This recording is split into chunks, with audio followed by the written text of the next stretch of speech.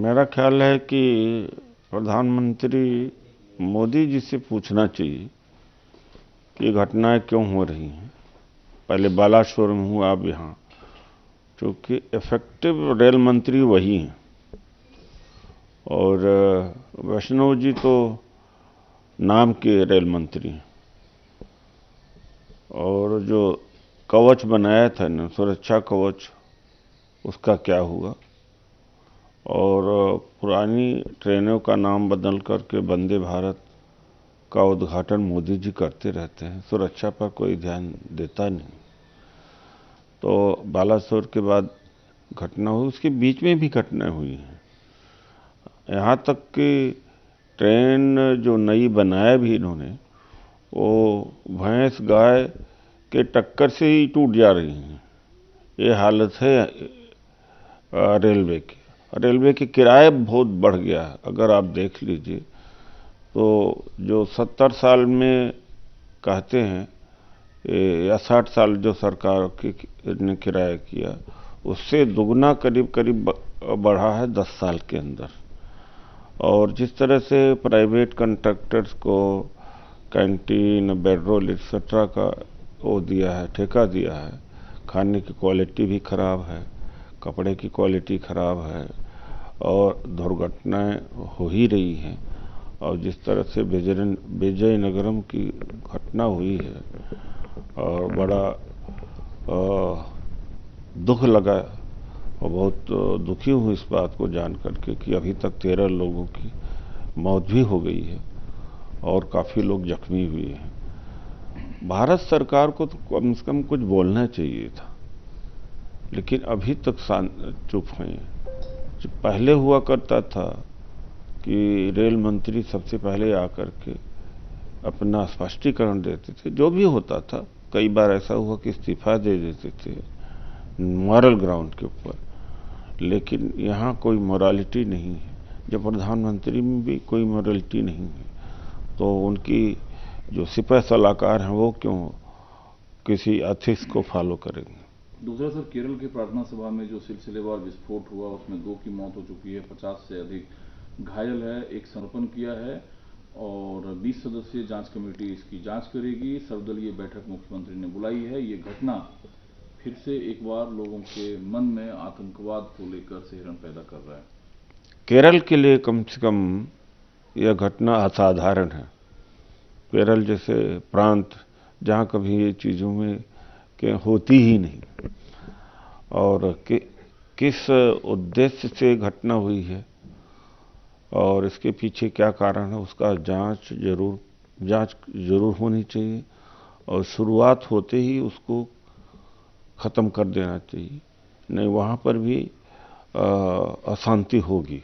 लेकिन सर, केंद्रीय मंत्री अनुराग ठाकुर का कहना है कि राज्य के वायनाड से जो सांसद है राहुल गांधी, उनकी चुप्पी से साफ चुपचाप उनका समर्थन कर रही है।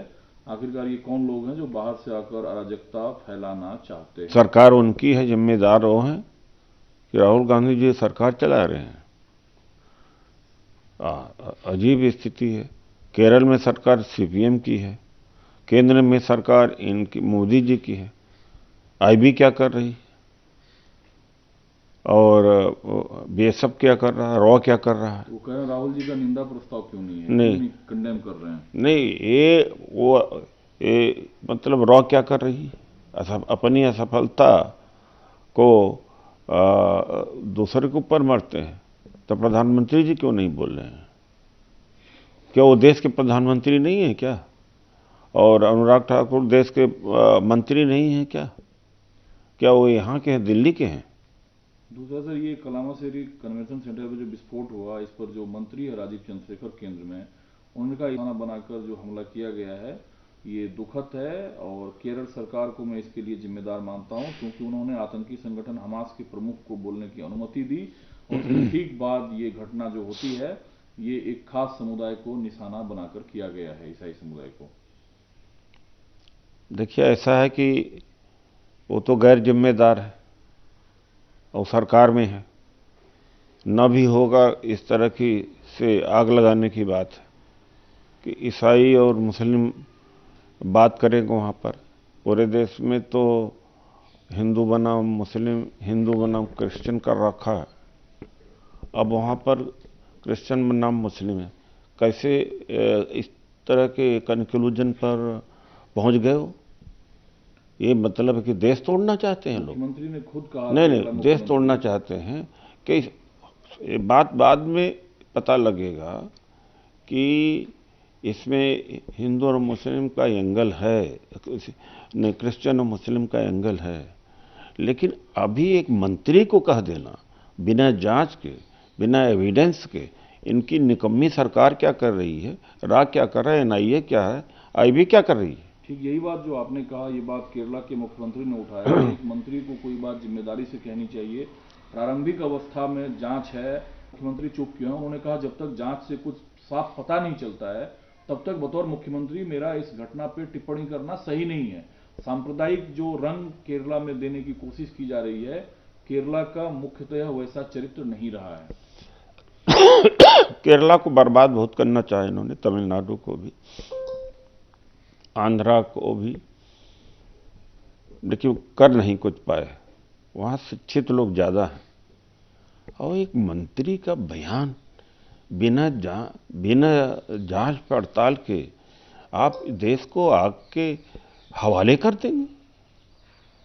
इस बीच मनीष सिसोदिया की जमानत याचिका पर सुप्रीम कोर्ट जो है फैसला सुनाएगा, जमानत मिलनी है या नहीं मिलनी है। वो तो सुप्रीम कोर्ट का फैसला आने पर ही बोला जाएगा ना, उसके पहले क्या बोला जा सकता है। ठीक है, आज फेमा मामले में ईडी के सामने वैभव गहलोत, जो राजस्थान के मुख्यमंत्री अशोक गहलोत के पुत्र हैं, उनकी पेशी होगी। चुनाव के दौरान कर रहे हैं।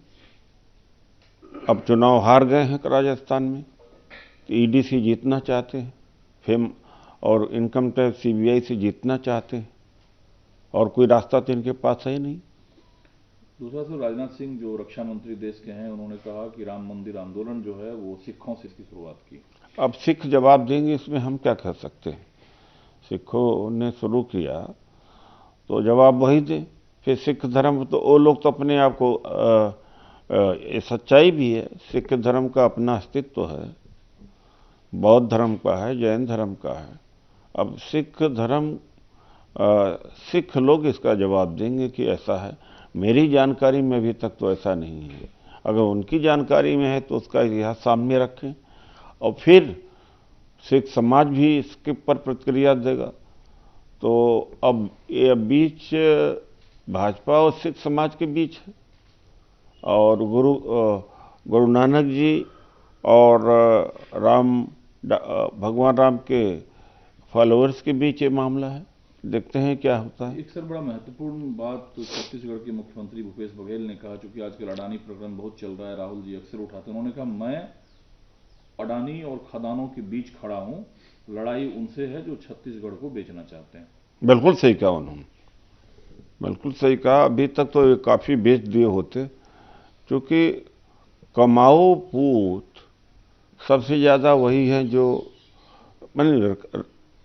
इस देश के कॉरपोरेट हाउसेस के लिए कमाऊ पूत, कमाऊ स्थान वही हैं जहां आदिवासी ज्यादा है, क्योंकि मिनरल्स इंसिडेंटली वहीं ज्यादा है। झारखंड लूटना चाहते हैं, लूटा है, उड़ीसा को भी लूटा है, छत्तीसगढ़ को लूटा है। वहीं पर कोयला, आयरन ओर, जिप्सम, तमाम खनिज पदार्थ वहीं पर हैं। और जिस तरह से पूरा देश को अडानी को दे रहे हैं, मैं तो कुछ दिन पहले उमरिया गया था तो पता लगा कि इतनी बड़ी मालवाहक ट्रेनें हैं कि पीछे भी इंजन लगता, आगे भी इंजन लगता। जब अडानी का कोयला जब जिस गाड़ी से जाता है उसके लिए सुपरफास्ट ट्रेन को भी रोक दिया जाता। और यह भी कहा गया कि तमाम जो कोयला जो 150 साल में निकल पाता, उसको अडानी ने हाई टेक से काट करके निकाल के बेच दिया है। तो ये काम तो वहाँ भी कर देते, छत्तीसगढ़ में भी कर देते। ये तो लूट रहे हैं। तो बघेल जी का बयान है वो तथ्य के आधार पर।